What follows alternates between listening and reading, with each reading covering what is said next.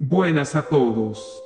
Aquí Marcelo Bolche para recordar a un hombre formidable.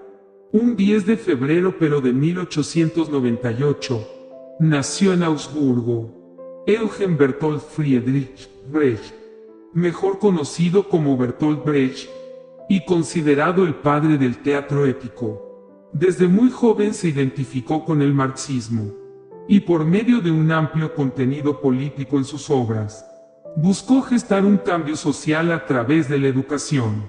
La mayoría de sus piezas literarias fueron censuradas debido a sus críticas a la clase media alemana, y por la represión nazi que imperaba en ese momento.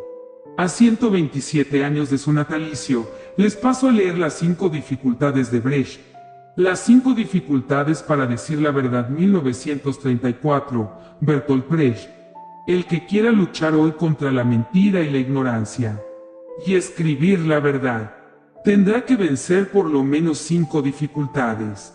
Tendrá que tener el valor de escribir la verdad, aunque se la desfigure por doquier. La inteligencia necesaria para descubrirla. El arte de hacerla manejable como un arma. El discernimiento indispensable para difundirla. Tales dificultades son enormes para los que escriben bajo el fascismo, pero también para los exiliados y los expulsados, y para los que viven en las democracias burguesas. Primero, el valor de escribir la verdad.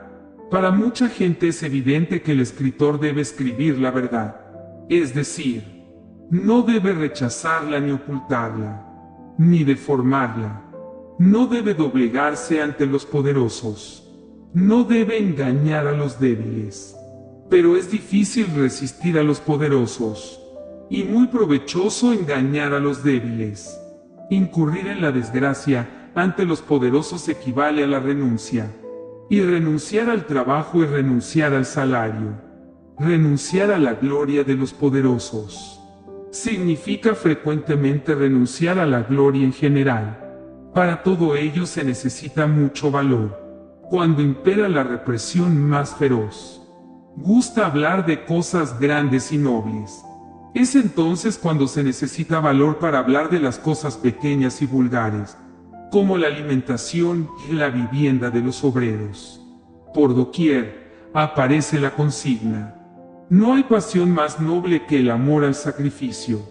En lugar de entonar ditirambos sobre el campesino, hay que hablar de máquinas y de abonos que facilitarían el trabajo que se ensalza. Cuando se clama por todas las antenas que el hombre inculto o ignorante es mejor que el hombre cultivado e instruido, hay que tener valor para plantearse el interrogante: ¿mejor para quién? Cuando se habla de razas perfectas y razas imperfectas, el valor está en decir: es que el hambre, la ignorancia y la guerra no crean taras. También se necesita valor para decir la verdad sobre sí mismo. Cuando se es un vencido, muchos perseguidos pierden la facultad de reconocer sus errores. La persecución les parece la injusticia suprema. Los verdugos persiguen, luego son malos. Las víctimas se consideran perseguidas por su bondad. En realidad esa bondad ha sido vencida. Por consiguiente, era una bondad débil e impropia, una bondad incierta, pues no es justo pensar que la bondad implica la debilidad, como la lluvia la humedad. Decir que los buenos fueron vencidos, no porque eran buenos sino porque eran débiles, requiere cierto valor.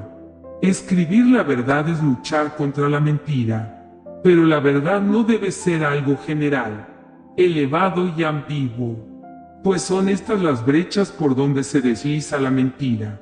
El mentiroso se reconoce por su afición a las generalidades, como el hombre verídico por su vocación a las cosas prácticas, reales, tangibles. No se necesita un gran valor para deplorar en general la maldad del mundo y el triunfo de la brutalidad, y anunciar con estruendo el triunfo del espíritu en países donde este es todavía concebible. Muchos se creen apuntados por cañones, cuando solamente gemelos de teatro se orientan hacia ellos. Formulan reclamaciones generales, en un mundo de amigos inofensivos, y reclaman una justicia general por la que no han combatido nunca. También reclaman una libertad general, la de seguir percibiendo su parte habitual del botín. En síntesis, solo admiten una verdad, la que les suena bien. Pero si la verdad se presenta bajo una forma seca, en cifras y en hechos, y exige ser confirmada, ya no sabrán qué hacer. Tal verdad no les exalta. Del hombre veraz solo tienen la apariencia. Su gran desgracia es que no conocen la verdad. Segundo, la inteligencia necesaria para descubrir la verdad. Tampoco es fácil descubrir la verdad, por lo menos la que es fecunda. Así, según opinión general, los grandes estados caen uno tras otro en la barbarie extrema, y una guerra intestina que se desarrolla implacablemente puede degenerar en cualquier momento en un conflicto generalizado que convertiría nuestro continente en un montón de ruinas. Evidentemente, se trata de verdades. No se puede negar que llueve hacia abajo. Numerosos poetas escriben verdades de este género. Son como el pintor, que cubría de frescos las paredes de un barco que se estaba hundiendo. El haber resuelto nuestra primera dificultad les procura una cierta dificultad de conciencia. Es cierto que no se dejan engañar por los poderosos, pero ¿escucha los gritos de los torturados? No, pintan imágenes. Esta actitud absurda les sume en un profundo desconcierto, del que no dejan de sacar provecho. En su lugar otros buscarían las causas. No creáis que sea cosa fácil distinguir sus verdades de las vulgaridades referentes a la lluvia. Al principio parecen importantes, pues la operación artística consiste precisamente en dar importancia a algo. Pero mirad la cosa de cerca. Os daréis cuenta que no dejan de decir: no se puede impedir que llueva hacia abajo. También están los que por falta de conocimientos no llegan a la verdad, y, sin embargo, distinguen las tareas urgentes y no temen a los poderosos ni a la miseria, pero viven de antiguas supersticiones, de axiomas célebres a veces muy bellos. Para ellos el mundo es demasiado complicado. Se contentan con conocer los hechos e ignorar las relaciones que existen entre ellos. Me permito decir a todos los escritores de esta época confusa y rica en transformaciones, que hay que conocer el materialismo dialéctico, la economía y la historia. Tales conocimientos se adquieren en los libros, y en la práctica, si no falta la necesaria aplicación. Es muy sencillo descubrir fragmentos de verdad, e incluso verdades enteras. El que busca necesita un método, pero se puede encontrar sin método, e incluso sin objeto que buscar. Sin embargo, ciertos procedimientos pueden dificultar la explicación de la verdad. Los que la lean serán incapaces de transformar esa verdad en acción. Los escritores que se contentan con acumular pequeños hechos no sirven para hacer manejables las cosas de este mundo. Pues bien, la verdad no tiene otra ambición. Por consiguiente, esos escritores no están a la altura de su misión. Tercero, el arte de hacer la verdad manejable como arma. La verdad debe decirse pensando en sus consecuencias, sobre la conducta de los que la reciben. Hay verdades sin consecuencias prácticas. Por ejemplo, esa opinión tan extendida sobre la barbarie. El fascismo sería debido a una oleada de barbarie que se ha batido sobre varios países, como una plaga natural. Así, al lado y por encima del capitalismo y del socialismo, habría nacido una tercera fuerza, el fascismo. Para mí, el fascismo es una fase histérica del capitalismo, y, por consiguiente, algo muy nuevo y muy viejo. En un país fascista, el capitalismo existe solamente como fascismo. Combatirlo es combatir el capitalismo, y bajo su forma más cruda, más insolente, más opresiva. más engañosa. Entonces, ¿de qué sirve decir la verdad sobre el fascismo, que se condena si no se dice nada contra el capitalismo que lo origina? Una verdad de este género no reporta ninguna utilidad práctica. Estar contra el fascismo, sin estar contra el capitalismo. Rebelarse contra la barbarie que nace de la barbarie, equivale a reclamar una parte del ternero, y oponerse a sacrificarlo.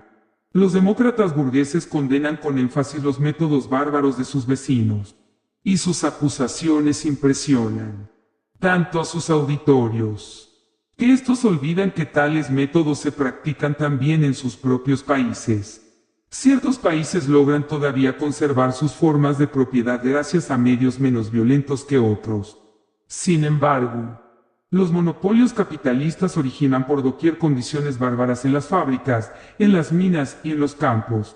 Pero mientras que las democracias burguesas garantizan a los capitalistas, sin recurso a la violencia, la posesión de los medios de producción, la barbarie se reconoce en que los monopolios solo pueden ser defendidos por la violencia declarada. Ciertos países no tienen necesidad para mantener sus monopolios bárbaros de destruir la legalidad instituida, ni su confort cultural, filosofía, arte, literatura.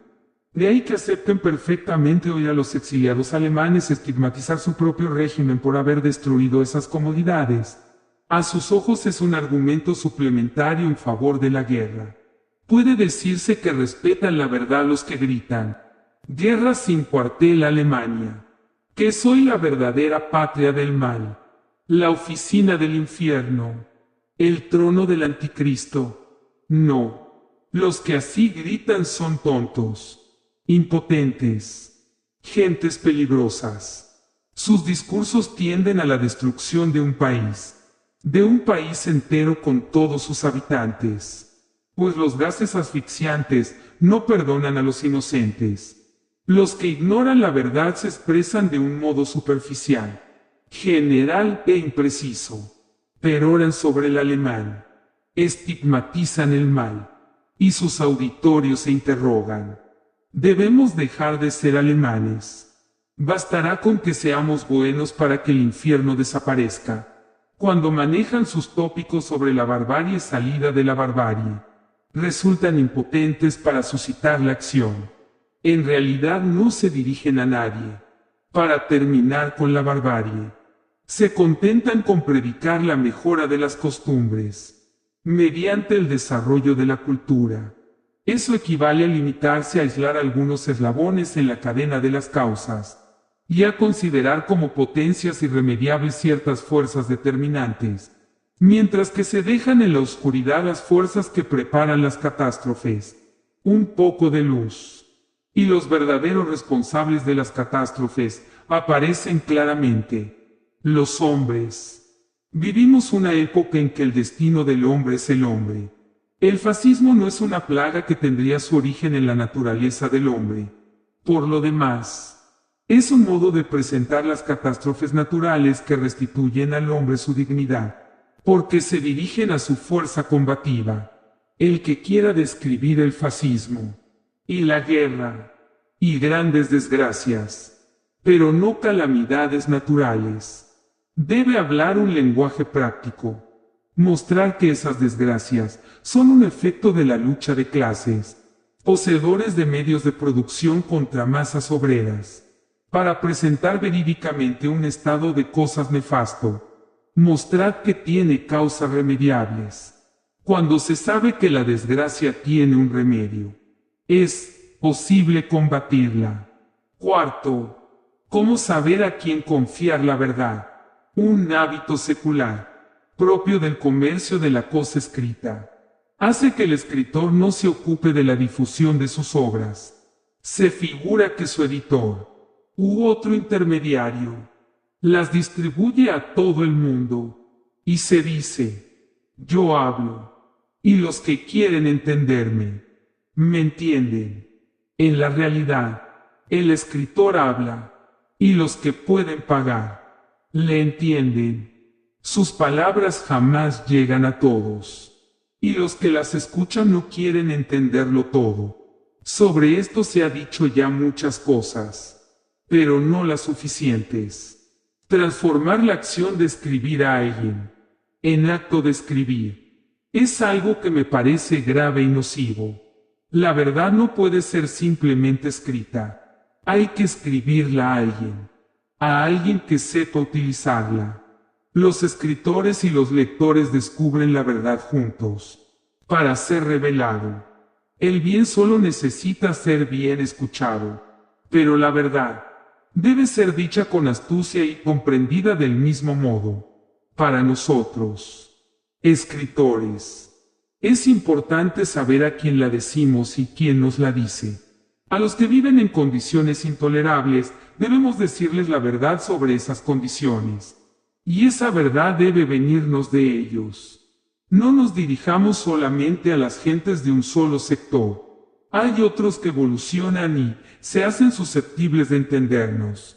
Hasta los verdugos son accesibles, con tal que comiencen a temer por sus vidas. Los campesinos de Baviera, que se oponían a todo cambio de régimen, se hicieron permeables a las ideas revolucionarias cuando vieron que sus hijos, al volver de una larga guerra, quedaban reducidos al paro forzoso. La verdad tiene un tono. Nuestro deber es encontrarlo. Ordinariamente se adopta un tono suave y dolorido. Yo soy incapaz de hacer daño a una mosca. Esto tiene la virtud de hundir en la miseria a quien lo escucha. No trataremos como enemigos a quienes emplean este tono, pero no podrán ser nuestros compañeros de lucha. La verdad es de naturaleza guerrera, y no solo es enemiga de la mentira, sino de los embusteros. Quinto, proceder con astucia para difundir la verdad, orgullosos de su valor, para escribir la verdad, contentos de haberla descubierto, cansados sin duda de los esfuerzos que supone el hacerla operante. Algunos esperan impacientes que sus lectores la disciernan. De ahí que les parezca vano proceder con astucia para difundir la verdad. Confucio alteró el texto de un viejo almanaque popular, cambiando algunas palabras. En lugar de escribir el maestro Kuhn, hizo matar al filósofo Wang. Escribió, el maestro Kuhn hizo asesinar al filósofo Wang. En el pasaje donde se hablaba de la muerte del tirano Sonso, muerto en un atentado, reemplazó la palabra muerto por ejecutado, abriendo la vía a una nueva concepción de la historia. El que en la actualidad reemplaza pueblo por población y tierra por propiedad rural, se niega ya a acreditar algunas mentiras, privando algunas palabras de su magia. La palabra pueblo implica una unidad fundada en intereses comunes. Solo habría que emplearla en plural, puesto que únicamente existen intereses comunes entre varios pueblos. La población de una misma región tiene intereses diversos e incluso antagónicos. Esta verdad no debe ser olvidada. Del mismo modo, el que dice la tierra, personificando sus encantos, extasiándose ante su perfume y su colorido, favorece las mentiras de la clase dominante. Al fin y al cabo, ¿qué importa la fecundidad de la tierra? El amor del hombre por ella y su infatigable ardor al trabajarla. Lo que importa es el precio del trigo y el precio del trabajo. El que saca provecho de la tierra no es nunca el que recoge el trigo. Y el gesto augusto del sembrador no se cotiza en bolsa. El término justo es propiedad rural. Cuando reina la opresión, no hablemos de disciplina, sino de sumisión, pues la disciplina excluye la existencia de una clase dominante. Del mismo modo, el vocablo dignidad vale más que la palabra honor, pues tiene más en cuenta al hombre. Todos sabemos qué clase de gente se precipita para tener la ventaja de defender el honor de un pueblo, y con qué liberalidad los ricos distribuyen el honor a los que trabajan para enriquecerlos. La astucia de Confucio es utilizable también en nuestros días. También la de Tomás Moro. Este último describió un país utópico idéntico a la Inglaterra de aquella época, pero en el que las injusticias se presentaban como costumbres admitidas por todo el mundo. Cuando Lenin, perseguido por la policía del zar, quiso dar una idea de la explotación de Sajalín por la burguesía rusa, sustituyó Rusia por el Japón y Sajalín por Corea. La identidad de las dos burguesías era evidente. Pero como Rusia estaba en guerra con el Japón, la censura dejó pasar el trabajo de Lenin. Hay una infinidad de astucias posibles para engañar a un Estado receloso. Voltaire luchó contra las supersticiones religiosas de su tiempo, escribiendo la historia galante de La doncella de Orleans, describiendo en un bello estilo aventuras galantes sacadas de la vida de los grandes. Voltaire llevó a estos a abandonar la religión que hasta entonces tenían por caución de su vida disoluta. De repente se hicieron los propagadores celosos de las obras de Voltaire, y ridiculizaron a la policía que defendía sus privilegios. La actitud de los grandes permitió la difusión ilícita de las ideas del escritor entre el público burgués, hacia el que precisamente apuntaba Voltaire. Decía Lucrecio que contaba con la belleza de sus versos para la propagación de su ateísmo epicúreo. Las virtudes literarias de una obra pueden favorecer su difusión clandestina, pero hay que reconocer que a veces suscitan múltiples sospechas. De ahí la necesidad de descuidarlas deliberadamente en ciertas ocasiones.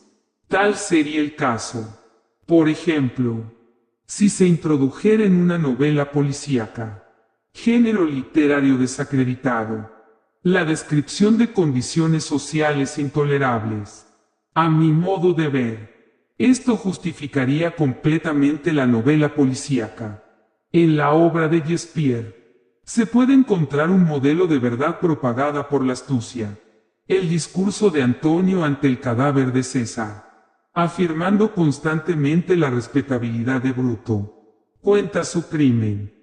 Y la pintura que hace de él es mucho más aleccionadora que la del criminal, dejándose dominar por los hechos. Antonio saca de ellos su fuerza de convicción mucho más que de su propio juicio. Jonathan Swift propuso en un panfleto que los niños de los pobres fueran puestos a la venta en las carnicerías para que reinara la abundancia en el país. Después de efectuar cálculos minuciosos, el célebre escritor probó que se podrían realizar economías importantes llevando la lógica hasta el fin. Swift jugaba al monstruo. Defendía con pasión absolutista algo que odiaba. Era una manera de denunciar la ignominia. Cualquiera podía encontrar una solución más sensata que la suya, o al menos más humana. Sobre todo, aquellos que no habían comprendido a dónde conducía este tipo de razonamiento. Militar a favor del pensamiento, sea cual fuere la forma que éste adopte, sirve la causa de los oprimidos. En efecto, los gobernantes al servicio de los explotadores consideran el pensamiento como algo despreciable. Para ellos lo que es útil para los pobres es pobre. La obsesión que estos últimos tienen por comer, por satisfacer su hambre, es baja. Es bajo menospreciar los honores militares cuando se goza de este favor inestimable. Batirse por un país cuando se muere de hambre. Es bajo dudar de un jefe que os conduce a la desgracia. El horror al trabajo que no alimenta al que lo efectúa es asimismo una cosa baja. Y baja también la protesta contra la locura que se impone. Y la indiferencia por una familia que no aporta nada. Se suele tratar a los hambrientos como gentes voraces y sin ideal, de cobardes a los que no tienen confianza en sus opresores, de derrotistas a los que no creen en la fuerza, de vagos a los que pretenden ser pagados por trabajar, etc. Bajo semejante régimen, pensar es una actividad sospechosa y desacreditada. ¿Dónde ir para aprender a pensar? A todos los lugares donde impera la represión. Sin embargo, el pensamiento triunfa todavía en ciertos dominios en que resulta indispensable para la dictadura, en el arte de la guerra, por ejemplo, y en la utilización de las técnicas. Resulta indispensable pensar para remediar, mediante la invención de tejidos ersatz, La penuria de lana, para explicar la mala calidad de los productos alimenticios, o la militarización de la juventud. No es posible renunciar al pensamiento, pero recurriendo a la astucia, se puede evitar el elogio de la guerra, al que nos incitan los nuevos maestros del pensamiento. Así, la cuestión, ¿cómo orientar la guerra?, lleva a la pregunta, ¿vale la pena hacer la guerra? Lo que equivale a preguntar, ¿cómo evitar la guerra inútil? Evidentemente, no es fácil plantear esta cuestión en público hoy, pero, ¿quiere decir esto que haya que renunciar a dar eficacia a la verdad? Evidentemente no. Si en nuestra época es posible que un sistema de opresión permita a una minoría explotar a la mayoría, la razón reside en una cierta complicidad de la población, complicidad que se extiende a todos los dominios. Una complicidad análoga, pero orientada en sentido contrario, puede arruinar el sistema. Por ejemplo, los descubrimientos biológicos de Darwin eran susceptibles de poner en peligro todo el sistema, pero solamente la Iglesia se inquietó. La policía no veía en ello nada nocivo. Los últimos descubrimientos físicos implican consecuencias de orden filosófico que podrían poner en tela de juicio los dogmas irracionales que utiliza la opresión. Las investigaciones de Hegel en el dominio de la lógica facilitaron a los clásicos de la revolución proletaria, Marx y Lenin, métodos de un valor inestimable. Las ciencias son solidarias entre sí, pero su desarrollo es desigual según los dominios. El Estado es incapaz de controlarlos todos. Así, los pioneros de la verdad pueden encontrar terrenos de investigación relativamente poco vigilados. Lo importante es enseñar el buen método, que exige que se interrogue a toda cosa a propósito de sus caracteres transitorios y variables. Los dirigentes odian las transformaciones. Desearían que todo permaneciese inmóvil, a ser posible durante un milenio. Que la luna se detuviese y el sol interrumpiese su carrera. Entonces nadie tendría hambre ni reclamaría alimentos. Nadie respondería cuando ellos abriesen fuego. Su salva sería necesariamente la última. Subrayar el carácter transitorio de las cosas equivale a ayudar a los oprimidos. No olvidemos jamás recordar al vencedor, que toda situación contiene una contradicción susceptible de tomar vastas proporciones. Semejante método, la dialéctica, ciencia del movimiento de las cosas, puede ser aplicado al examen de materias como la biología y la química, que escapan al control de los poderosos. Pero nada impide que se aplique al estudio de la familia. No se corre el riesgo de suscitar la tensión.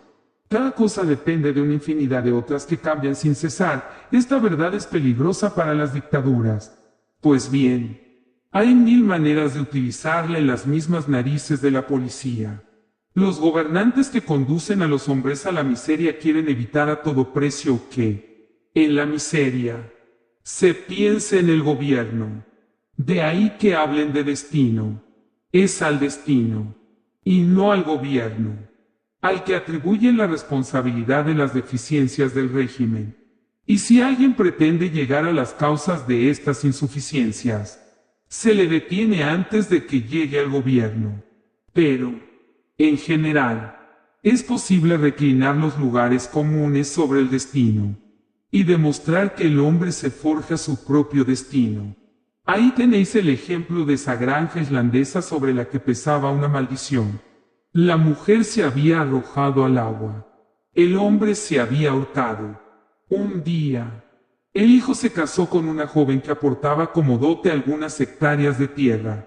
De golpe, se acabó la maldición. En la aldea se interpretó el acontecimiento de diversos modos. Unos lo atribuyeron al natural alegre de la joven, otros a la dote, que permitía, al fin, a los propietarios de la granja comenzar sobre nuevas bases. Incluso un poeta que describe un paisaje puede servir a la causa de los oprimidos. Si incluye en la descripción algún detalle relacionado con el trabajo de los hombres. En resumen, importa emplear la astucia para difundir la verdad. Conclusión. La gran verdad de nuestra época. Conocerla no es todo, pero ignorarla equivale a impedir el descubrimiento de cualquier otra verdad importante. Es esta. Nuestro continente se hunde en la barbarie porque la propiedad privada de los medios de producción se mantiene por la violencia.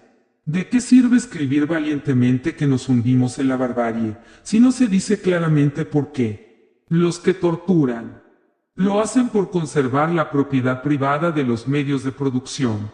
Ciertamente, esta afirmación nos hará perder muchos amigos. Todos los que, estigmatizando la tortura, creen que no es indispensable para el mantenimiento de las formas actuales de propiedad. Digamos la verdad sobre las condiciones bárbaras que reinan en nuestro país. Así será posible suprimirlas. Es decir, cambiar las actuales relaciones de producción.